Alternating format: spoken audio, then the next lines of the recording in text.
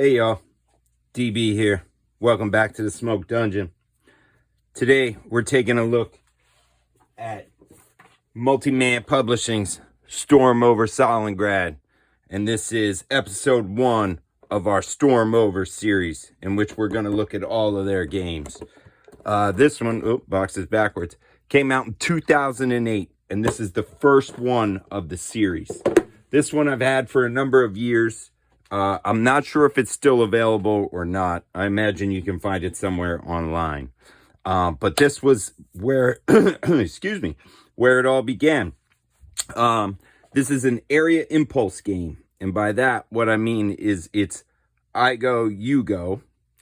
And the German player will start.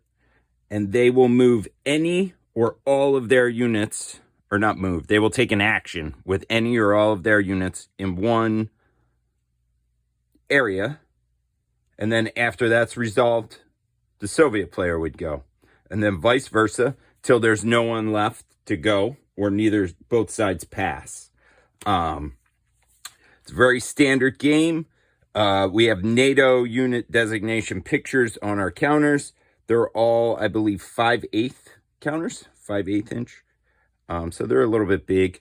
One thing I like about this is they're pretty standard as far as color go, and they're large enough where the different units on the German side are different colors in their NATO symbols. For example, orange here, purple here, 21st Panzer over here is dark blue. And they picked really good colors, except for these two. There's like a light blue and then like a gray, which kind of screws me up a little bit, but whatever.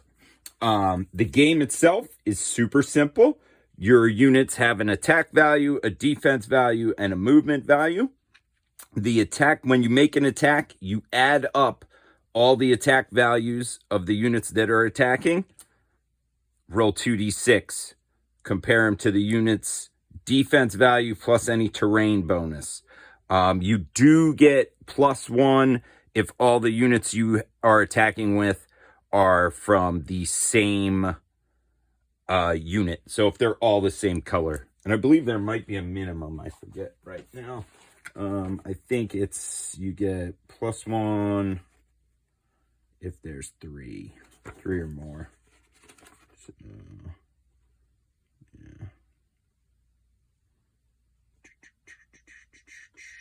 yeah. So, and you can only attack as the German player with dudes that are the same color. That's what it is in this version. They're the same color, or if they're white. And the white units are independent. For example, this is the 244 Armor Regiment. This was like Stug's. And there's another one over here. So it stops you from making these hodgepodge units, like of moving the 21st Panzer all the way down here and coming at you.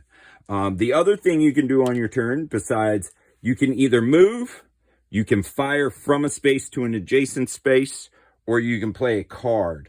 And the cards are actions. They are, for example, heavy artillery support. You basically roll an attack and add 10 to it. There's snipers, ammo shortage, re-roll cards, all kinds of things. And these are either things you play during your turn or instead of your turn. So, for example, you might play a card when you make an attack that's like, what's the re-roll card? There's a re-roll card in here. German command coordination. Re-roll any attack dice made by German units. So if we attack into here, let's just say on the first impulse of the game, all these dudes are going to shoot. And they're going to shoot into here. So what you would do is you would take a fire token, because once you fire, you no longer get the defense bonus from here. So if all these dudes were to shoot, we would go 1, 3, 4, 5, 6, 7, 8, 9. We would do dice plus 9 into here. So I'd be like, boom, 16. And then we'd look and we'd see that the highest defense amongst these Soviets is a 10. And then they have +2 defense. That's this number here. They're color coded. So +2 defense. So they have a 12. So they would take 4 hits. And the way hits work is 1 hit, you can flip a guy. And if a guy is flipped, he can no longer attack. And then for an additional hit, you can retreat a guy. So 4 hits, we could do this, right? or you can kill a guy as your third hit. But you don't really want to do that as the Soviets, right? It's still early. So all these dudes shot, so they would all flip over. See what we're doing? Now you can't use them till next turn when they flip back. So here we're getting some decisions, right? Do you want to do all of that? Do we want to do some? And as the German player, you need to get in here and take these red, the ones that are red. You need to take these. So, yeah, that's essentially what it's going to be. And then the Soviet player would go. Usually as a Soviet player, you can only make attacks in this version of the game if your offensive number is greater than 0, which is different than some of the later versions of the game. So, for example, a lot of these Soviet units that are 092 or 083, they are not actually going to be attacked. They can't actually make an attack unless you have some sort of card which gives them a buff, which they do have in the deck. There's all sorts of crazy things in the deck. There's some that are like the same for each other, like Heroes of the Red Army, reroll the attack dice. But you have sewer movement, you have artillery, different firepower, mines, rubble, rockets, anti-aircraft, Chuikov Valley's the troops. So you got a lot of good stuff in here. And then basically you'll just rinse and repeat that every time. The movement is pretty easy. It costs 1 to move into a square. It costs an additional movement point if there are enemy units in that square. And it costs an additional point if there are enemy units in the square you're moving out of. So there are a couple mechanized units. The Panzer ones all have 4 movement. That's actually huge because you can actually move them a very far distance. But you'll also notice at the beginning of the game, the Soviets start with control of this territory and this territory here still, which kind of splits the Germans. So it stops them from going all the way across without taking these first. And the game only lasts 6 turns. So, and as you go, obviously, more Soviets are going to come onto the board. And their reinforcements come on through these ferry zones. There's 3 of them, 1, 2, and 3. And they come through like that. On the German side, there's these black divisions. They get removed from the game after a certain turn. That represents Hitler moving guys to the Caucasus and whatnot. So you got to be careful about those if you want to use them right away or how you want to do them. Trying to think if there's anything else I'm forgetting. Yeah. A big one in this version is if you fire, you don't get the defensive bonus. So as the Germans, you got to be careful because, like, if you're shooting out of here, you open yourself up to a counterattack from here. And once you flip your guys, less hits will do more damage. You know what I'm saying? Because they all essentially, once they're spent, they've all taken 1 hit here. So if they would have to retreat, they would have to go here. And there's a stacking limit. You can only have 10 units of any kind in a space. The other thing I would say is this square in the middle is Mamiev Kurgan, the hill. If you have that, you get an extra card. So that becomes kind of important.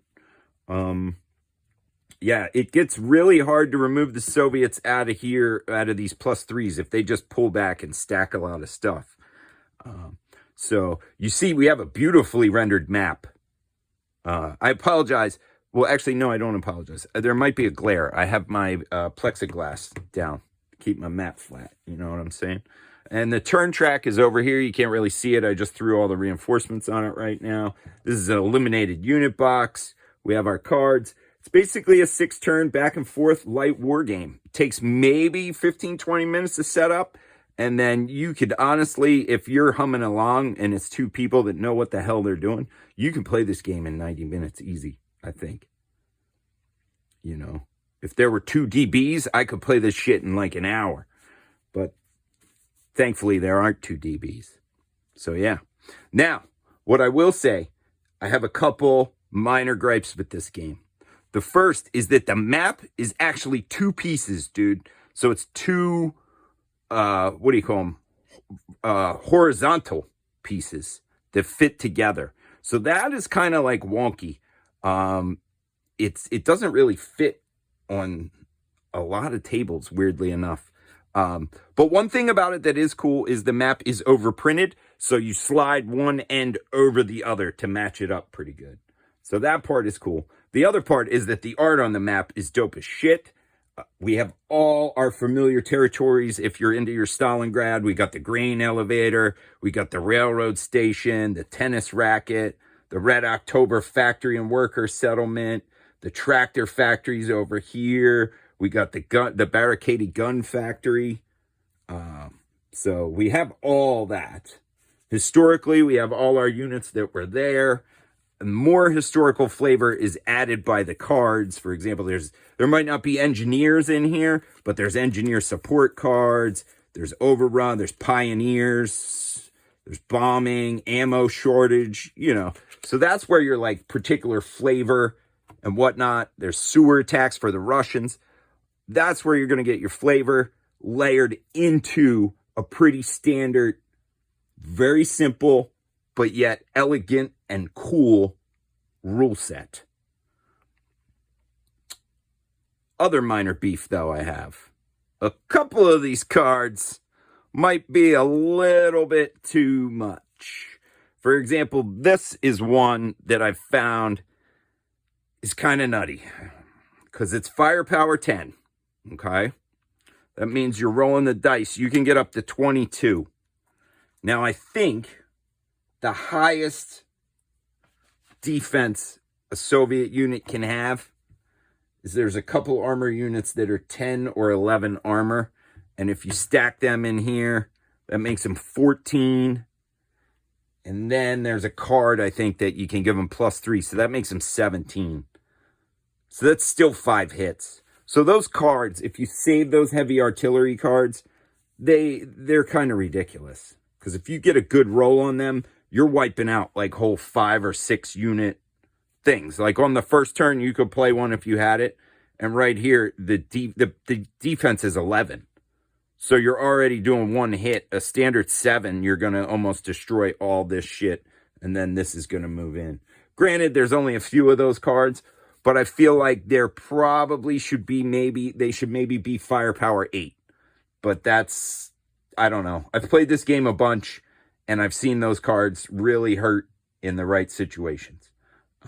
And the Soviets don't really have a counter to that because their artillery cards are smaller in number. So, and the Germans have they have the bombing at 8s, and then they have all these firepower 10s. 1, 2, 3.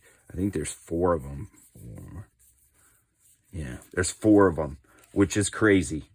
So, and then the Soviets, they don't have that. They have 6s, and then they have a couple 8s.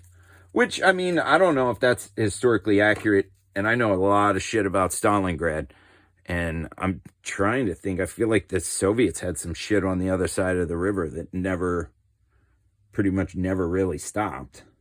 And was part of the main reason that the advance never reached all the way to the Volga on all the spots or crossed the Volga. But who knows? Maybe it's for gameplay. I don't know. But that's one thing that every time I've played this game, well, not every time, but a lot of the times I've played this game, it's cheesed me off. So yeah, I think maybe those 10s should be 8s, but we'll leave it at that. So, yeah. Essentially, this is an awesome 2-player game. Now, it says it's solitaire. You can play solitaire version of it. And yeah, I guess you can. But the tricky part of that is it becomes you trying to outthink yourself, which I know a lot of people don't really like. There's no real AI function for it, which is kind of jank. So, yeah. So you have to, like I said, at the end of turn 6, you basically, the Axis player bids to say how many of these cities he can get. And you got 6 turns to take them. Or not cities. +3 defensive victory zones. So how many he can take. There are, I believe there's 6 or 7 of them. Yeah. So, yeah, all in all, Storm Over Stalingrad, MMP Publishing, multi-man publishing out of Millersville, Maryland. The first in their Storm Over series, which everybody says is kind of like Storm Over Arnhem, but there are nowhere near as many rules in this joint as there are in Storm Over Arnhem. So yeah, super simple. If you can count to like 20 and you have an iota of strategic thinking, this game might be for you. It's definitely for me. I've played it a bunch of times. Love it. Love the entire series. But this one is where it all began. Stalingrad. Storm Over Stalingrad. MMP Publishing. Be good to one another. Do what you feel.